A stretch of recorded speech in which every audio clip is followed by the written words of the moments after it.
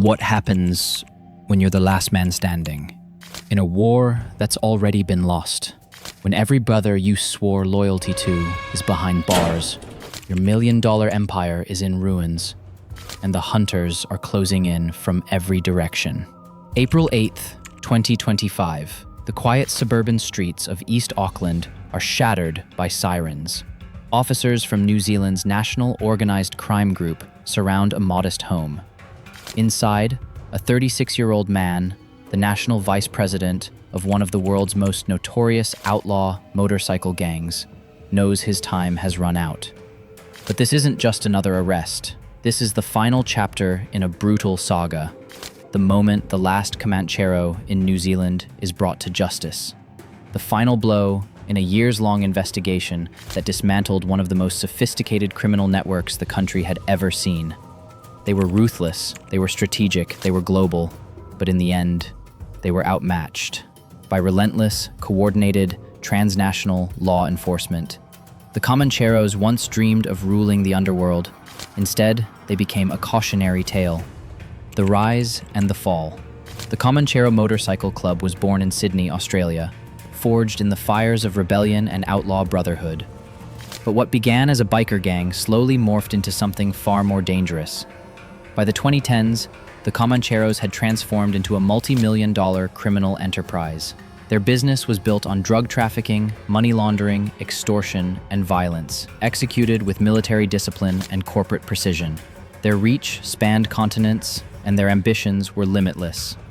To the Comancheros, New Zealand wasn't just another market, it was ripe for takeover. A country where traditional gangs dominated local turf, but lacked the international connections and operational structure of the rising syndicate from across the Tasman. What started as an incursion soon became an all-out war for control of New Zealand's criminal underworld. This is the story of how one man's ambition to dominate that underworld triggered the most devastating organized crime takedown in the nation's history. Chapter 1: The 501 Invasion. The seeds of this war were sown in 2016 when Australia enacted its controversial Section 501 immigration policy. Anyone deemed of bad character, including gang members, drug dealers, and career criminals, was deported. Over 3,000 were sent back to countries they may have barely known. Among them, Pasilika Naufahu, a hardened Comanchero and former sergeant-at-arms in Australia. He returned to New Zealand not as a fallen man, but as a visionary with a plan. New Zealand's gang landscape was already fierce, dominated by local heavyweights like the Mongrel Mob and Black Power, but they were inward-looking, regional, bound by tradition. Among them, Pasilika Naufahu, a hardened Comanchero and former sergeant-at-arms in Australia. He returned to New Zealand not as a fallen man, but as a visionary with a plan. New Zealand's gang landscape was already fierce, dominated by local heavyweights like the Mongrel Mob and Black Power, but they were inward-looking, regional, bound by tradition. Naufahu saw an opening.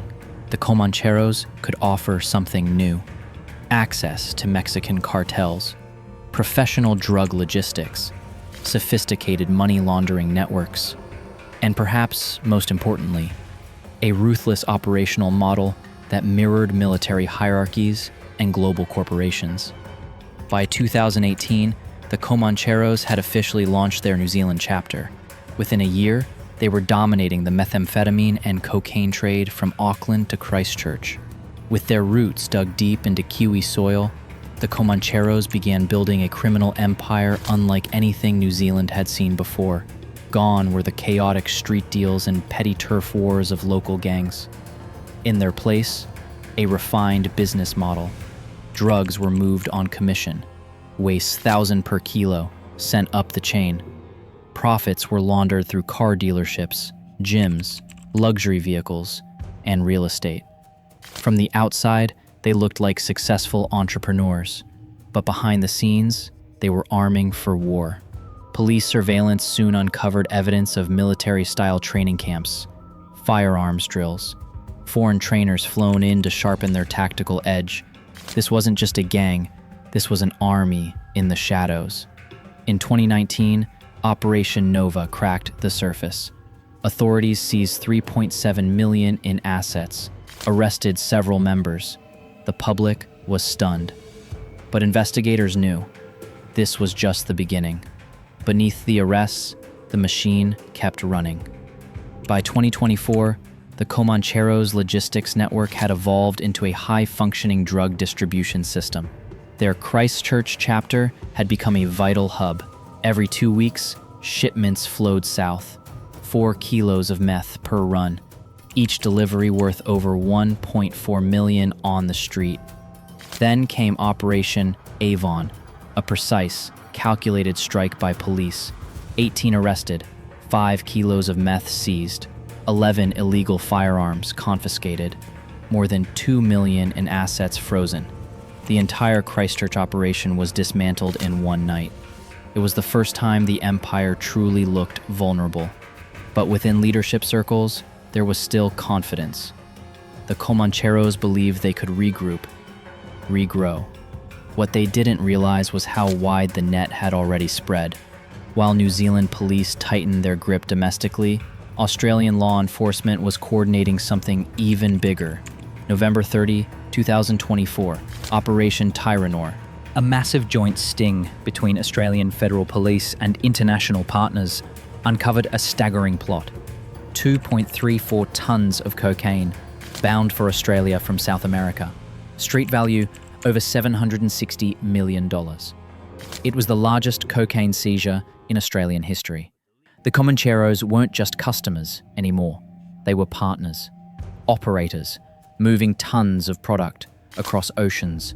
But one simple mechanical failure, a boat that broke down off the Queensland coast, brought the whole operation crashing down. Among the arrested, the vice president of the Brisbane chapter, another kingpin, gone. The dream of a Pacific-wide crime syndicate was unraveling thread by thread. By early 2025, New Zealand's Comanchero hierarchy had crumbled. Over 137 charges had been laid against members and associates. Presidents, enforcers, prospects, everyone who mattered, was either in custody or in court. Everyone, except one. The national vice president remained at large. He was a ghost, careful, methodical, and dangerous. But even ghosts leave trails. Police tracked him through encrypted communications, digital footprints, and drug shipments traced to the port of Tauranga. Millions in cartel-linked cocaine connected back to his personal network. April 8, 2025, East Auckland. Police executed a final raid on a quiet suburban street. There was no shootout, no chase, just a silent surrender, and with it, the final collapse of the Comancheros in New Zealand. Legacy of an empire. What began with a handful of deported gangsters ended with the toppling of a transnational criminal empire. The Comancheros brought a new breed of organized crime to New Zealand, slick, ruthless, and global in scope. But in doing so, they triggered an equally global response.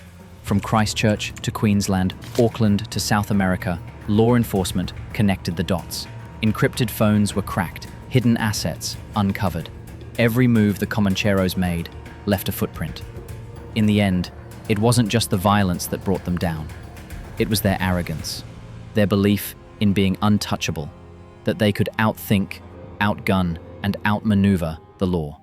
But they forgot one thing. The higher you climb in the world of crime, the harder you fall.